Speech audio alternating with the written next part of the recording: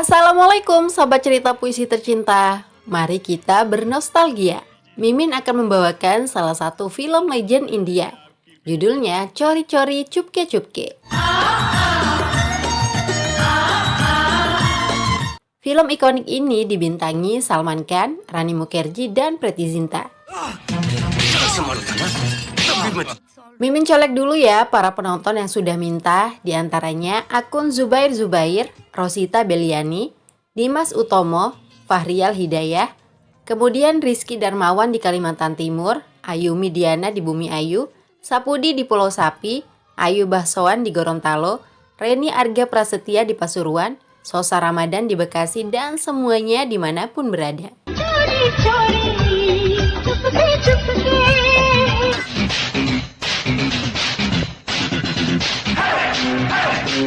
मैं आपको ले जाती हूँ उनके दिल्ली मिलेंगे मशहूर उद्योगपति। Kailash Nath Malhotra merupakan miliarder kaya raya yang tinggal di kota Delhi. Perusahaan Malhotra Group yang sudah menjadi raksasa diurus oleh putranya Ranjit. Malhotra menjalani hari tua dengan bahagia bersama seluruh anggota keluarga. Satu-satunya keinginan Malhotra yang belum tercapai yaitu melihat cucu kesayangannya, Raj Malhotra, menikah. Raj yang baru kembali dari luar negeri sedang menghadiri acara pernikahan temannya. Di acara itu Raj terpesona melihat kecantikan seorang wanita bernama Priya. Raj menghampiri Priya untuk berkenalan, tapi Priya ditemukan sedang menggendong seorang balita. Raj mengira Priya sudah memiliki anak sehingga batal berkenalan, padahal anak itu keponakan Priya. Cinta Raj layu sebelum berkembang. Padahal setiap kali Raj pulang ke rumah, keluarganya selalu mendesak untuk segera menikah. Terutama si kakek, Malhotra, yang sudah tidak sabar ingin memiliki buyut. Tapi Raj selalu menolak dengan alasan belum menemukan calon istri yang tepat. Untuk membuat Raj bersedia menikah, Malhotra pura-pura sakit jantungnya kambuh. Malhotra berkomplot dengan sahabatnya Balaraj yang menjadi dokter keluarga. Untungnya penipuan itu diketahui oleh Raj berkat informasi dari sang ibu. Raj tertawa melihat akting kakeknya yang pura-pura sakit. Demi menyenangkan hati si kakek, Raj mau menikah dengan gadis manapun yang dipilihkan. Malhotra sangat bahagia mendengar kesiapan cucunya. Seorang gadis baik-baik dari keluarga terhormat telah dipilih untuk menjadi istri Raj. Malhotra mengajak Raj dan pegawai setia mereka, Papu, ke rumah calon pengantin wanita.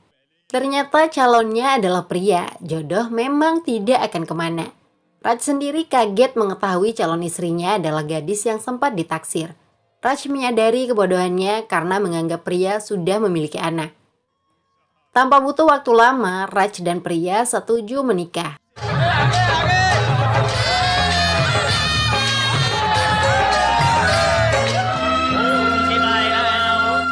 Acara pernikahan digelar dengan megah. Mereka pun resmi menjadi suami istri. Bulan madu dinikmati di negara Swiss.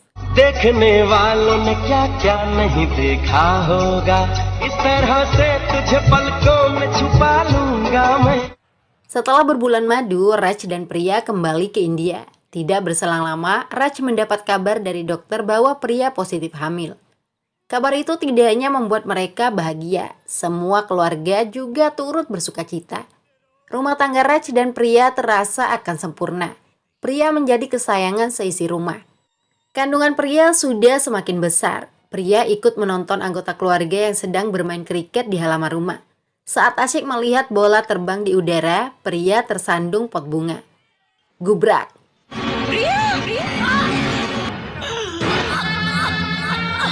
Priya terluka parah. Semua orang panik. Priya menjalani perawatan serius di rumah sakit. Raj dan keluarganya takut jika terjadi hal buruk pada kandungan Priya. Setelah berjam-jam, dokter Balaraj keluar memberikan keterangan.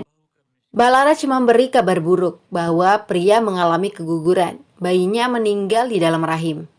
Kabar duka yang begitu tiba-tiba itu cukup mengguncang semua keluarga. Dokter meminta mereka pulang beristirahat. Priya juga belum bisa dijenguk. Raj diingatkan oleh kakeknya untuk menjaga Priya dengan baik. Priya pasti sangat sedih karena kehilangan seorang anak. Raj menemui Priya yang terus-terusan berlinang air mata. Tiba-tiba Raj dipanggil oleh dokter Balaraj. Sebuah rahasia diungkap bahwa rahim Priya telah diangkat untuk menyelamatkan hidupnya. Pria tidak akan pernah bisa menjadi ibu, terang bala Raj. Raj shock dengan fakta itu. Sekujur tubuhnya lemas. Raj diingatkan menjaga rahasia itu dari keluarga. Kakeknya bisa terkena serangan jantung jika mengetahui pria tidak akan bisa mengandung lagi. Orang yang paling berduka tentu saja pria. Sejak tadi pria menguping obrolan itu. Pria tidak sanggup mengatakan satu patah kata pun. Hanya air mata yang mengungkapkan segala perih hatinya. Raj memeluk pria agar kuat menghadapi kenyataan. Pada saat akan pulang, Raj meminta pria untuk tidak menunjukkan air mata. Jika pria menangis, keluarga mereka juga akan ikut sedih. Sikap keluarga pun sama. Malhotra mengingatkan semua orang agar tidak menunjukkan kesedihan atas keguguran yang dialami pria. Kepulangan pria disambut dengan senyuman. Pria diminta tidak perlu bersedih. Keguguran hal yang biasa. Pria pasti akan hamil lagi nantinya. Dukungan dari keluarga membuat air mata pria tumpah. Pria memeluk mertuanya. Tangisan pria karena menyadari dirinya tidak akan pernah bisa hamil lagi. Raj memiliki ide untuk pergi ke luar negeri selama 2 tahun. Di sana mereka bisa mengadopsi anak secara rahasia. Keluarga di rumah tidak akan tahu itu. Pria merasa tidak enak jika harus membuat kebohongan lagi. Kakek Raj juga sangat mendambakan pria segera memiliki anak yang akan menjadi penerus keluarga Malhotra. Pria menyampaikan kegundahan hatinya kepada Raj. "Sayang, saya ingin kamu menikah lagi," ucap pria. Permintaan pria membuat Raj kaget. Raj tidak mungkin menikah lagi. Pria berusaha memberikan alasan yang logis. "Saya tidak sempurna, saya tidak bisa menjadi seorang ibu, tapi kamu bisa menjadi ayah," jelas pria. Keputusan Raj tetap sama. Raj tidak mau membagi cintanya kepada wanita lain. Raj memeluk istrinya yang baik hati itu. Pria mencari cara lain. Alternatif yang ditemukan yaitu menggunakan ibu pengganti. Hanya itu satu-satunya solusi terbaik. Sekali lagi Raj menolak dengan halus. Raj tidak mau berpoligami. Apalagi harus membuat anak dengan wanita lain tanpa ikatan pernikahan. Pria tetap memaksa. Sebagai istri, pria rela berbagi cinta demi seorang anak yang akan membawa kebahagiaan bagi semua keluarga. Raj terpaksa mengalah menyetujui keinginan gila pria. Di kantor, Raj mulai memikirkan wanita yang akan bisa dijadikan ibu pengganti, tapi tidak ada yang cocok. Raj pulang tanpa menemukan solusi. Dalam perjalanan, seorang wanita di pinggir jalan menghentikan mobilnya. Raj berniat memberikan tumpangan. Ternyata wanita bernama Vijayanti itu seorang pelacur. Raj sama sekali tidak tertarik dengan wanita yang menjajakan diri, tapi Raj ingat masalah yang sedang dihadapinya. Raj mau menyewa Vijayanti selama setahun. Vijayanti yang sudah parubaya cukup kaget mendengar ingin disewa setahun penuh. Dia memiliki 2 anak yang harus diurus. Keinginan Raj tidak bisa dipenuhi. Raj disarankan menemui pelacur lain, namanya Madhubala, yang hidup sendiri tanpa keluarga. Madhu pasti bersedia di booking selama setahun asal dibayar mahal. "Saya akan telepon dan beritahu Madhu," ucap Vijayanti. Tanpa pikir panjang, Raj pergi ke tempat Madhu menjajakan diri. Raj menemukan Madhu sedang menari menghibur para pria hidung belang di sebuah bar. Setelah selesai menari, Madhu menemani Raj. Madhu sudah ditelepon oleh Vijayanti tentang kedatangan Raj, tapi belum diberitahu pekerjaan spesifiknya. Madhu mengira Raj sama dengan pelanggan lainnya. Untuk membicarakan masalahnya, Raj mengajak Madhu pergi ke hotel mewah. Kamar yang disewa sangat besar. Madhu sampai takjub. Baru kali ini Madhu diajak ke hotel berbintang. Biasanya Madhu melayani pelanggan di tempat murah meriah atau paling banter di hotel melati. Madhu sudah siap membuka baju melayani Raj. Raj menghentikan sikap agresif Madhu. "Saya hanya ingin bicara denganmu," ujar Raj. Obrolan serius dimulai. Raj menanyakan tarif Madhu jika disewa seminggu. Madhu kaget dengan pelanggannya kali ini. Sikap Raj yang sopan membuat Madhu bersedia di booking berapapun lamanya. Tarif yang dikenakan Madhu tidak mahal. Sekali berhubungan hanya dikenakan Rp1.000 atau sekitar Rp200.000. Untuk seminggu Madhu mengenakan Rp3.000. Raj ingin menyewa Madhu selama setahun penuh. Madhu semakin kaget. Tarif Madhu cukup mahal jika setahun. Nominalnya sekitar 1 lakh. Saat itu juga Raj membayar tunai 2 kali lipat dari tarif yang disebutkan Madhu. Tentu saja, Madhu kegirangan melihat uang sebanyak itu. Raj mulai bicara jujur tentang masalah yang sedang dihadapi. Rumah tangga Raj dan istrinya sangat bahagia. hanya saja tidak bisa memiliki anak. Raj akan membayar berapapun asalkan Madhu bisa memberinya anak. Awalnya Madhu menertawakan dan mengolok-olok Raj, tapi karena Raj sangat serius dan mau membayar 10 lak, Madhu terbelalak kaget. Jangankan sekedar anak, apapun akan dilakukan Madhu jika dibayar 10 lak. Madhu dan Raj sepakat menghasilkan anak dengan catatan dirahasiakan dari semua orang. Raj kemudian menelpon Priya untuk mengabarkan tentang hal itu. Priya sangat senang mendengar ibu pengganti sudah didapatkan, sampai-sampai Priya tidak memberikan kesempatan Raj bicara. Padahal Raj ingin menjelaskan latar belakang ibu pengganti. Dia berasal dari keluarga miskin ya. Jika dia berkepribadian baik, itu sudah cukup, ujar Priya menutup telepon. Sebelum bertemu Priya, Raj memberi uang kepada Madhu untuk membeli baju yang sopan. Madhu pun pergi ke toko, tapi karena gayanya terlihat norak, Madhu tidak dilayani dengan baik. Bahkan pemilik toko mengusir Madhu pergi. Madhu sakit hati dengan perlakuan buruk itu. Madhu kembali ke hotel untuk mengadu kepada Raj. Kebetulan Raj sedang meeting bersama mitra bisnis sekaligus sahabatnya Ajay Sharma. Madhu memanggil Raj dengan gaya jalanan. Raj jadi tidak enak dengan sikap Madhu. Setelah mereka di kamar, barulah Raj menanyakan masalah yang terjadi. Madhu menceritakan dirinya telah dihina oleh pemilik toko. Madhu dianggap tidak pantas membeli pakaian di sana. Untuk mengobati sakit hati Madhu, Raj mengajaknya pergi lagi ke toko yang dimaksud. Mengetahui yang datang adalah Raj Malhotra, wajah pemilik toko sangat bangga dan bahagia. Pemilik toko sendiri yang langsung melayani Madhu layaknya ratu. Madhu kegirangan bisa membalas penghinaan yang telah diterima. Pemilik toko itu memang pantas dihina balik. Tadinya saya ingin membeli semua isi toko Anda, tapi tidak ada yang cocok untuknya. Madhu, ayo kita pergi ke toko lain, ujar Raj.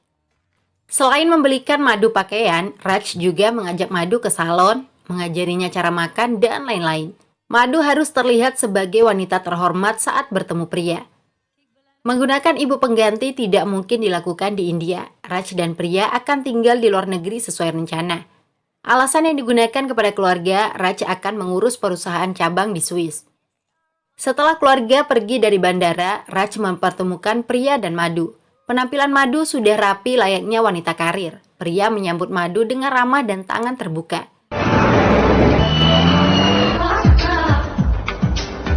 Kini Raj bersama Priya dan Madhu sudah berada di Swiss. Mereka tinggal di tempat bulan Madhu dulu, yang merupakan rumah pribadi milik Raj. Priya berusaha membuat Madhu merasa nyaman. Ketika Madhu ingin tukar kamar, Priya juga mengabulkannya. Sikap Priya membuat Raj semakin cinta mati. Malam harinya, Priya tidur seorang diri, sedangkan Raj diminta tidur satu kamar bersama Madhu untuk membuat anak.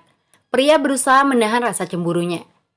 Pagi-pagi, Priya membuatkan kopi untuk Raj dan Madhu. Mereka tidak menggunakan jasa pembantu agar rahasia tetap terjaga. Priya hanya melihat Madhu yang masih tertidur di kasur, sedangkan Raj tidak ada. Ternyata Raj tidur di sofa.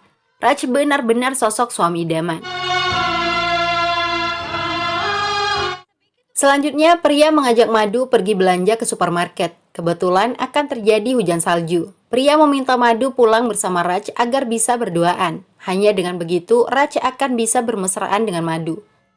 Raj panik karena Priya tak kunjung pulang hingga malam hari. Priya menelpon Raj memberi kabar. Raj diminta memanfaatkan kesempatan berdua dengan Madhu untuk membuat anak. Permintaan dan tindakan Priya memang gila. Raj masih berat hati bermesraan dengan wanita lain. Tapi minuman Raj sudah dicampur alkohol oleh Madhu. Raj jadi oleng dan pasrah saat dipeluk Madhu. Mereka pun membuat anak. Sementara Priya rela menghabiskan malam di gereja seorang diri. Hati Priya sebenarnya berat. Tidak ada wanita manapun yang akan ikhlas berbagi suami. Tapi rasa cemburu dan pedih dilawan demi mendapatkan seorang anak. Ketika Priya pulang di pagi hari, Madhu tersenyum memberikan kode sukses. Priya bingung apakah harus bahagia atau sedih. Priya memeluk Raj dengan senyuman. Di balik pelukan itu, Priya tidak kuasa menahan air mata.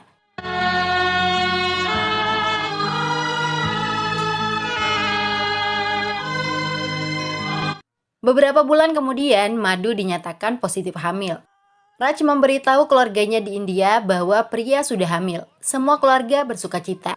Kakek Raj meminta agar Priya segera dibawa pulang ke India. Raj menolak dengan alasan dokter melarang Priya naik pesawat terbang. Untungnya ayah dan ibu Raj mendukung agar kata-kata dokter dipatuhi. Madu juga bahagia, dia semakin dimanja oleh pria dan Raj. Mereka sering jalan-jalan bersama. Mereka juga menyanyi bersama. कोई बता दे दीवाना है ये मन ये पायल क्यों बजे तेरा झूमे रे झूमे. Kebahagiaan itu semakin terasa lengkap karena bisnis Raj juga berjalan lancar di Swiss. Pesta kesuksesan diadakan di rumah Raj. Acara itu juga sekaligus untuk meluncurkan produk baru. Madu menjadi tamu istimewanya. Rekan bisnis Raj yang juga sahabatnya, Ajay Sharma, pernah melihat Madu saat di India. Ajay mengetahui persis bahwa Madu adalah pelacur. Kecantikan Madu membuat Ajay mendekatinya. Ajay takjub dengan perubahan Madu yang kini berpenampilan seperti wanita terhormat. Ajay juga bersedia membayar Madu setelah kontraknya dengan Raj selesai. Kata-kata Ajay membuat Madu sedih dan marah, apalagi Ajay mengaku mengetahui latar belakang Madu dari Raj. Madu meninggalkan pesta dan ingin kembali ke India. Raj menyusul Madu yang sedang mengemasi barangnya. Madu kecewa dengan Raj karena telah memberitahu Ajay tentang identitasnya. Saya tidak pernah merasa serendah ini saat menjual diri, tapi kenapa kamu memberitahu temanmu kalau saya pelacur? Ujar Madu. Raj mengaku tidak pernah menceritakan apapun kepada Ajay, tapi Madu sudah terlanjur ngambek dan ingin pergi. Obrolan mereka tanpa disadari didengar oleh pria yang sejak tadi menguping. Pria berusaha menghentikan kepergian Madu. Saya dan Raj adalah teman baikmu. Kami tidak pernah bercerita apapun yang akan menyakitimu, ucap pria. Madu mengalah. Dia batal pergi karena kasihan dengan pria. Hikmahnya, pria mengetahui identitas asli Madu dan tidak mempermasalahkan itu. Madu masih ngambek hingga keesokan harinya. Padahal mereka akan pergi ke acara sepupu pria di kota lain. Tidak mungkin Madu ditinggal sendiri di rumah. Pria terpaksa pergi sendiri, sedangkan Raj memilih pergi bekerja ke kantor. Raj belum pulang ke rumah hingga maghrib. Tanpa diduga, Ajay Sharma datang menemui Madu. Ajay sengaja datang karena mengetahui Raj dan pria sedang tidak ada di rumah. Tujuan kedatangan Ajay untuk bisa dilayani oleh Madu yang seorang pelacur. Madu tidak mau melakukannya dan menampar Ajay. Penolakan Madu membuat Ajay murka. Ajay memaksa ingin memperkaos Madu. Sekuat tenaga, Madu melawan dan berusaha melarikan diri. Madu terjatuh menabrak meja. Madu sudah tidak berdaya dan hanya bisa menangis. Syukurnya Raj pulang di waktu yang tepat. Raj menghajar sahabatnya yang kurang ajar itu. Ajay mengingatkan Raj untuk berhenti memukulnya. Tidak pantas Raj memukul sahabatnya sejak kecil demi seorang pelacur. Kata-kata Ajay membuat Raj semakin mengamuk. Apalagi Raj melihat hidung Madu sudah terluka mengeluarkan darah. Madu adalah wanita terhormat, tegas Raj sambil terus menghajar Ajay. Ajay terluka parah. Dia mengancam akan membatalkan kesepakatan bisnis senilai 500 crore. Raj tetap tidak peduli. Jangankan 500 crore, semua kekayaan di dunia ini akan saya korbankan untuk Madu, karena Madu tidak ternilai harganya, ucap Raj. Amarah Raj benar-benar tidak terbendung.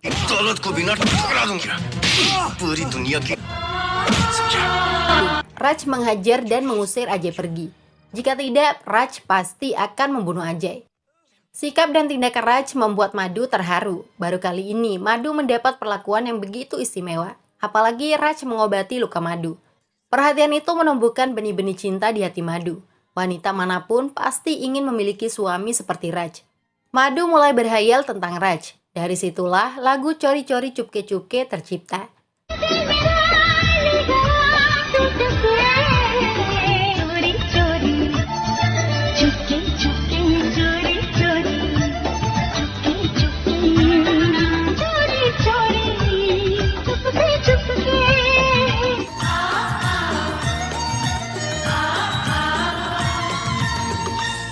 Pria sudah pulang dari tempat sepupunya. Madu mulai mendambakan diperlakukan sama seperti pria.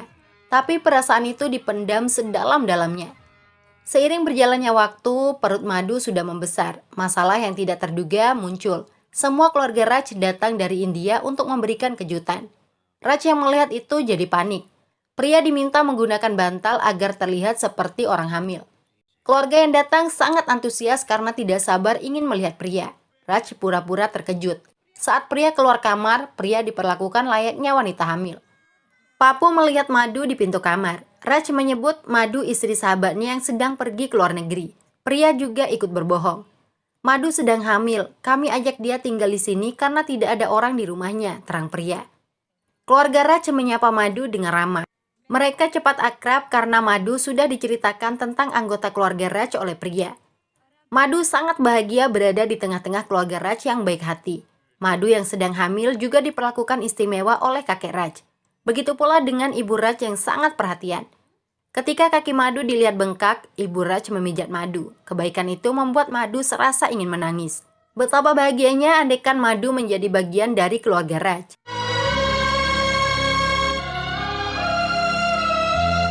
Kakek Raj Malhotra mendapat telepon dari pendeta di India. Pendeta mengingatkan tentang ritual 7 bulanan pria yang belum dilakukan. Malhotra memberitahu Raj dan pria bahwa mereka harus pulang ke India untuk melakukan ritual itu. Raj menolak ritual dilakukan di India. Alasan yang digunakan, dokter memprediksi pria akan melahirkan bulan ini. Alasan itu tidak diterima oleh keluarga. Ritual harus dilakukan di India bersama keluarga besar dan handetolan. Kali ini Raj dan pria tidak bisa mengelak. Mereka terpaksa setuju. Kakek Raj juga akan mengajak Madu ke India agar tidak sendirian di Swiss. Setelah mereka sampai di India, acara ritual 7 bulanan langsung digelar. Pria dan Madu sangat bersemangat melihat keramaian para tamu undangan. Tapi Ibu Raj memberitahu bahwa ritual itu hanya bisa dilakukan untuk satu wanita hamil. Ritual pria dan Madu tidak bisa dilakukan secara bersamaan. Pria diminta bersiap-siap. Ritual itu sangat penting. Pria harus berdandan layaknya pengantin. Dengan ritual, bayi yang lahir akan diberkati dan kelahirannya dimudahkan. Setelah memahami betapa pentingnya ritual 7 bulanan, pria meminta Madu yang mengikuti ritual. Orang-orang tidak mungkin mengetahuinya karena wajah Madu akan tertutup kerudung. Raj setuju-setuju saja asalkan tidak ketahuan. Madu sendiri sangat bersemangat menggantikan posisi pria. Madu mengenakan gaun yang seharusnya untuk pria. Cincin pernikahan pria juga dipasang di jemari Madu. Bahkan kalung pernikahan dipasang ke leher Madu oleh Raj. Madu jadi baper. Ditambah lagi dengan penampilannya yang persis seperti seorang pengantin.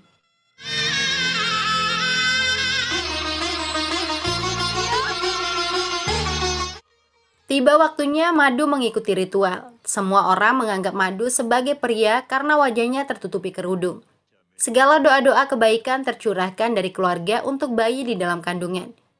Madu benar-benar terharu, bahagia sekaligus sedih. Air matanya menetes begitu saja.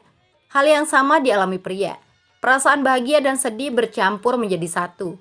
Apalagi saat keluarga foto bersama. Pria hanya bisa menjadi penonton sambil bersembunyi di pojokan. Pendeta mulai membacakan doa-doa. Saat itulah Madu mengalami dilema yang amat sangat luar biasa. Bagaimana tidak, dalam doa itu harus disebutkan nama-nama orang terdekat si cabang bayi. Mulai dari nama kakek buyutnya hingga nama sang ayah. Puncaknya pendeta meminta menyebut nama ibu si bayi. Ibu Raj menyebut nama pria Malhotra. Priya Malhotra.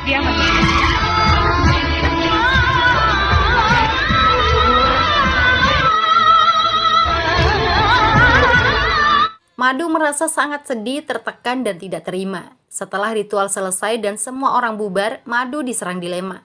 Madu juga mulai merasakan kontraksi. Entah apa dalam pikirannya, Madu memutuskan untuk pergi secara diam-diam. Pria yang tidak menemukan Madu di kamarnya jadi panik, apalagi gaun dan uang yang sempat diberikan Raj ditinggalkan. Pria mendapat informasi dari satpam rumah bahwa Madu sempat dilihat pergi ke stasiun. Pria mengejar Madu dalam kegelapan malam. Raj yang melihat pria ikut menyusul. Pria rela mencari Madu ke stasiun di tengah derasnya hujan. Madu ditemukan sedang duduk sendirian di bangku. Madu mengaku akan pergi. "Maafkan saya tidak bisa menyerahkan anak saya," ucap Madu. Pria kaget mendengar keputusan Madu yang begitu tiba-tiba. Selama 9 bulan terakhir, pria dan Raj sangat menantikan anak dalam kandungan Madu. Kebahagiaan keluarga juga bergantung pada Madu. Pria memohon-mohon agar Madu mau mengerti, apapun akan diberikan sebagai imbalannya. Tapi Madu benar-benar tidak bisa menyerahkan anaknya. "Jika saya memberikan anak saya, apakah kamu mau memberikan suamimu?" ujar Madu. Pria menampar Madu yang sudah kurang ajar. Pria tidak menyangka Madu akan sama seperti pelacur lainnya yang suka menjadi pelakor dan penghancur rumah tangga orang. Ketika Raj tiba, pria langsung mengadukan sikap Madu yang tidak mau memberikan anaknya.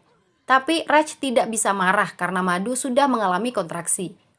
Raj membawa Madhu ke rumah sakit. Madhu terlihat mengalami komplikasi. Penjelasan dari dokter yang menangani Madhu, operasi harus dilakukan karena kondisi Madhu sangat kritis. Dokter hanya bisa menyelamatkan salah satu, antara si ibu atau bayinya. Disinilah kebaikan hati pria teruji. Pria meminta dokter agar menyelamatkan ibu bayi. Pria sama sekali tidak egois. Operasi pun mulai dijalankan. Raj dan pria sangat tegang menunggu operasi selesai. Sebuah keajaiban terjadi. Dokter tidak hanya berhasil menyelamatkan Madhu, tapi juga bayinya. Raj dan pria bisa bernafas lega. Bayi mungil itu kini berada dalam pelukan Madhu. Tanpa diduga, sikap Madhu sudah berubah drastis. Mungkin karena kebaikan hati pria. Madhu meminta maaf karena sempat egois tidak ingin menyerahkan bayinya. Anak ini milik kalian. Pria, kamu adalah ibu dari anak ini, ucap Madhu.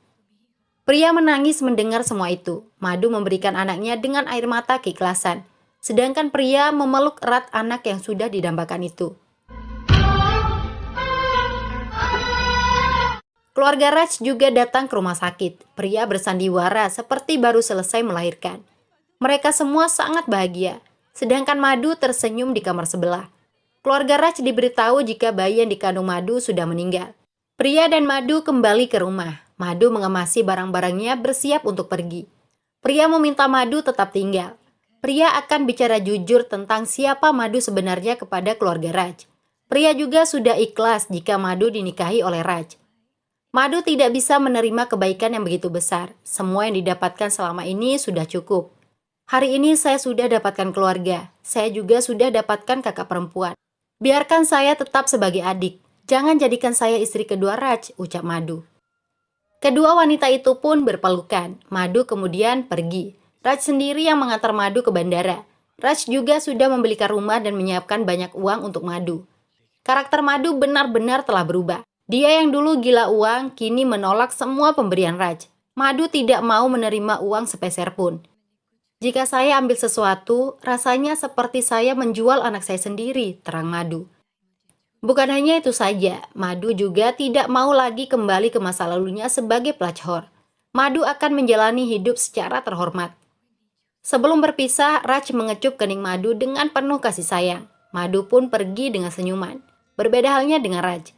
Terlihat sekali Raj berat hati melepas kepergian Madhu. Air mata Raj menjelaskan segalanya. Film selesai di sana. Sutradara tidak membuat mereka hidup bersama. Sudah dulu ya, sampai jumpa.